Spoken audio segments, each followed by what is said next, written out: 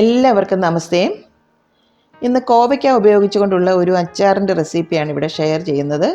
വീഡിയോയിലേക്ക് കടന്നാലോ? ഇതിനായിട്ട് 1/4 കിലോ നല്ല ഇളപ്പം കോവയ്ക്കയാണ് എടുത്തിട്ടുള്ളത്. അധികം മൂത്ത് പോകാത്ത കോവയ്ക്ക നോക്കി തന്നെ എടുക്കണം. അത് രണ്ടായിട്ട് മുറിച്ച് വീണ്ടും നെടുകെ ഇതുപോലെ അരിഞ്ഞെടുത്തിട്ടുള്ളതാണ്. അതിലെ വെള്ളമയമൊക്കെ നന്നായിട്ട് തുടച്ച് ഡ്രൈ ആക്കി എടുത്തിട്ടുള്ളതാണ് കേട്ടോ. ഒരേ സൈസിൽ മുറിച്ചെടുക്കണം. 4 പച്ചമുളക് നീളത്തിൽ അരിഞ്ഞതും കൂടി ചേർത്ത് കൊടുക്കാം. 1.5 ടീസ്പൂൺ ഉപ്പും ചേർക്കാം. കൈകൊണ്ട് ഒന്ന് മിക്സ് ആക്കി എടുക്കാം. അതിനുശേഷം ഇത് അടച്ച് ഒരു 2 മണിക്കൂർ ഒന്ന് റെസ്റ്റ് ചെയ്യാനായിട്ട് മാറ്റി വെക്കാം. 2 മണിക്കൂറിന് ശേഷം അതിലെ വെള്ളമൊക്കെ ഊറി വന്നിട്ടുണ്ട്. വെള്ളമൊക്കെ പിഴിഞ്ഞു മാറ്റി ഒരു തുണിയിലേക്ക് തന്നെ വെക്കാം. ഇത്രയും വെള്ളം ഇതിൽ നിന്ന് ഊറി വന്നതാണ്. ഇത് നമുക്കങ്ങ് കളയാം. ഇതിനി തുണിയിൽ തന്നെ വെച്ച് ഒന്ന് നന്നായിട്ട് ഡ്രൈ ആക്കി എടുക്കണം. കൂടുതൽ വെള്ളമൊക്കെ ഇരുന്നാൽ അച്ചാർ പെട്ടെന്ന് തന്നെ കേടായി പോകും. ഇതിനി എണ്ണയിലിട്ടൊന്ന് ഫ്രൈ ചെയ്തെടുക്കാം.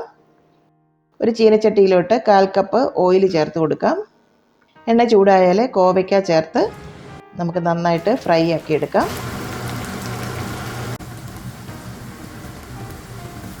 നന്നായി ഫ്രൈ ആയി വന്നു കഴിഞ്ഞാൽ കോരി മാറ്റാം. മുഴുവൻ കോവയ്ക്കയും ഇതുപോലെ വറുത്തെടുക്കാം.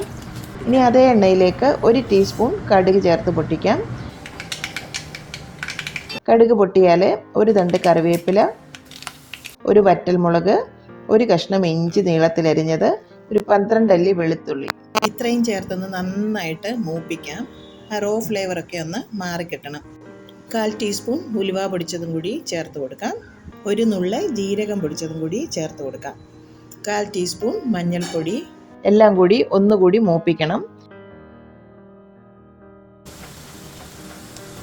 6 ടീസ്പൂൺ കാശ്മീരി ചില്ലിയും സാദാ മുളക് പൊടിയും കൂടി പകുതി എടുത്തതാണ്. അതും കൂടി ചേർത്ത് ഫ്ലെയിം ഓഫാക്കാം. 1/4 ടീസ്പൂൺ കായപ്പൊടി കൂടി ചേർത്ത് കൊടുക്കാം. 1 ടീസ്പൂൺ ശർക്കര അതും ചേർക്കാം. എല്ലാം കൂടി ഒന്ന് യോജിപ്പിച്ചെടുക്കാം. ആവശ്യത്തിന് ഉപ്പും ചേർത്ത് കൊടുക്കാം. എണ്ണയുടെ ചൂടിലിരുന്ന് ആ പൊടിയൊക്കെ ഒന്ന് മൂത്ത് വരട്ടെ. ഫ്ലെയിം ഇപ്പം ഓഫാണ് കേട്ടോ. വറുത്ത് വെച്ച കോവയ്ക്കായും കൂടി ഇതിലേക്ക് ചേർത്ത് കൊടുക്കാം. ഇളക്കി യോജിപ്പിക്കാം. ഇത് 5 ടേബിൾ സ്പൂൺ ആപ്പിൾ സിഡർ വിനീഗറാണ്. അതും കൂടി ചേർത്ത് കൊടുക്കാം. ഉപ്പൊക്കെ ഒന്ന് ചെക്ക് ചെയ്ത് നോക്കാം. 1 ടീസ്പൂൺ ഉപ്പ് കൂടി ചേർത്ത് കൊടുക്കുന്നുണ്ട്. ഇനി ഫ്ലെയിം ഓണാക്കി 2 മിനിറ്റ് എല്ലാം കൂടി ഒന്ന് മിക്സ് ആക്കാം. ചൂടാക്കി തണുപ്പിച്ച 2 ടേബിൾ സ്പൂൺ നല്ലെണ്ണ കൂടി ഇതിലേക്ക് ചേർത്ത് കൊടുക്കാം. ഇനി ഫ്ലെയിം വീണ്ടും ഓഫാക്കാം. ഇത്രയേ ഉള്ളൂ. ഇതിനി നന്നായി ആറിയ ശേഷം ഡ്രൈ ആയിട്ടുള്ള കുപ്പിയിലാക്കി സൂക്ഷിക്കാം. 1 മാസം വരെ പുറത്ത് തന്നെ സൂക്ഷിക്കാം. ഒട്ടും വെള്ളം തൊടാതെയാണ് നമ്മൾ ഈ അച്ചാർ തയ്യാറാക്കിയിരിക്കുന്നത്. അതുകൊണ്ട് തന്നെ ഫ്രിഡ്ജിൽ 2-3 മാസം വരെ സൂക്ഷിക്കാം.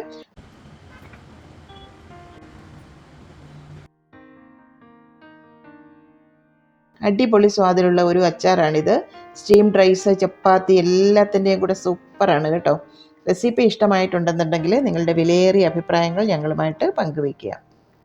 കറിയുടെ തമ്മയിലെ അമ്മയുടെ ഇന്നത്തെ ഈ റെസിപ്പി നിങ്ങൾക്ക് ഇഷ്ടമായെന്ന് ഞങ്ങൾ പ്രതീക്ഷിക്കുന്നു. ഞങ്ങളുടെ ആദ്യ വീഡിയോ തൊട്ട് നിങ്ങൾ തരുന്ന ലൈക്സ്, കമന്റ്സ്, ക്രിറ്റിസിസംസ് എല്ലാം ഞങ്ങൾക്ക് വളരെയധികം വിലപ്പെട്ടതാണ്. നിങ്ങൾ ഓരോരുത്തരും ഈ റെസിപ്പീസ് എല്ലാം ട്രൈ ചെയ്ത് നോക്കി ഇഷ്ടമായെങ്കിൽ തീർച്ചയായും ലൈക്ക് ചെയ്യണം, ഷെയർ ചെയ്യുകയും വേണം. നിങ്ങളുടെ സപ്പോർട്ട് തുടർന്നും ഞങ്ങൾ പ്രതീക്ഷിക്കുന്നു. വീണ്ടും ഒരു റെസിപ്പിയുമായി വരും വരെ നന്ദി. Good bye.